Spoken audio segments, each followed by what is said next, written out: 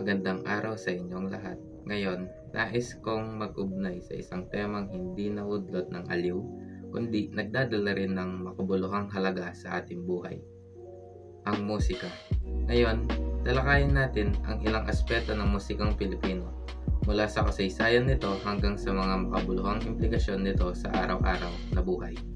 Ang musika ay bahagi na ng kasaysayan ng Pilipinas mula pa noong sinuunang panahon.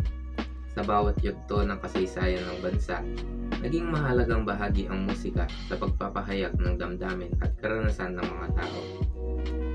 Sa paglipas ng panahon, patuloy na umuunlad at nagbabago ang mga genre at estilo ng musika sa Pilipinas, mula sa mga tradisyonal na awitin hanggang sa modernong kanta.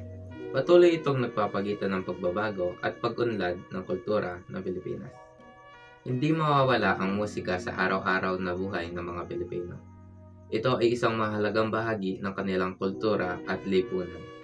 Ang musika ay nagbibigay kulay at nagpapahayag ng mga saloobin at pagnanais ng mga tao, pati na rin ang kanilang pagmamahal sa bayan at kultura. At ang gitara at iba pang modernong instrumento ay karaniwang ginagamit sa pagbuo ng iba't ibang uri ng musika sa Pilipinas. At ito ay nagbibigay ng malawak na saklaw at paglikha at pagpapalaganap ng musika sa bansa.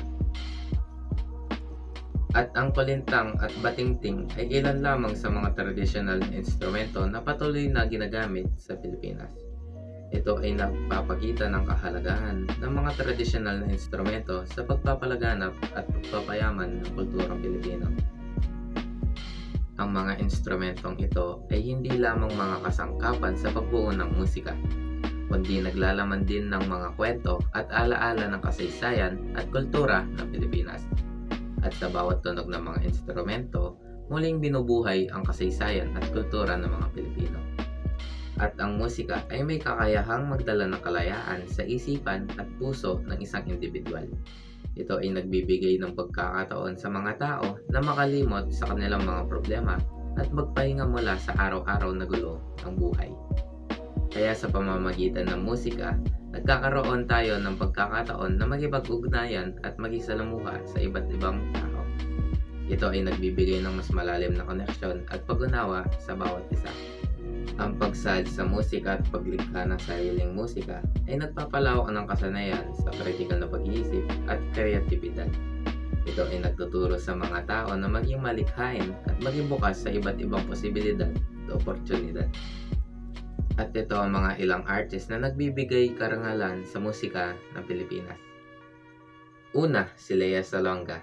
Kilala si Lea Salonga sa buong mundo sa kanyang mga mahuhusay na pagganap sa iba't ibang musikal. At nagdadala siya ng karangalan sa Pilipinas sa larangan ng musika sa international na antas. At ang pangalawa naman ay si Ryan Cayabyab. Isa siyang magaling na kompositor at musikero na nagbibigay ng karangalan sa OPM. Kilala siya sa kanyang makahusayan at kontribusyon sa pagpapalaganap at pagpapayaman ng musikang Pilipino.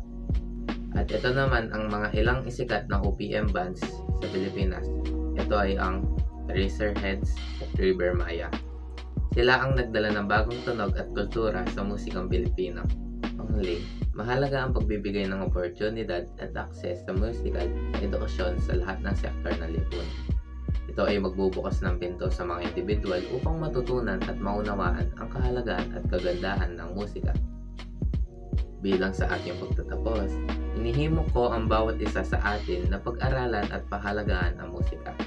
Hindi lang bilang isang libangan, kundi bilang isang mahalagang bahagi ng ating kultura at pagkakakilanlan bilang mga Pilipino.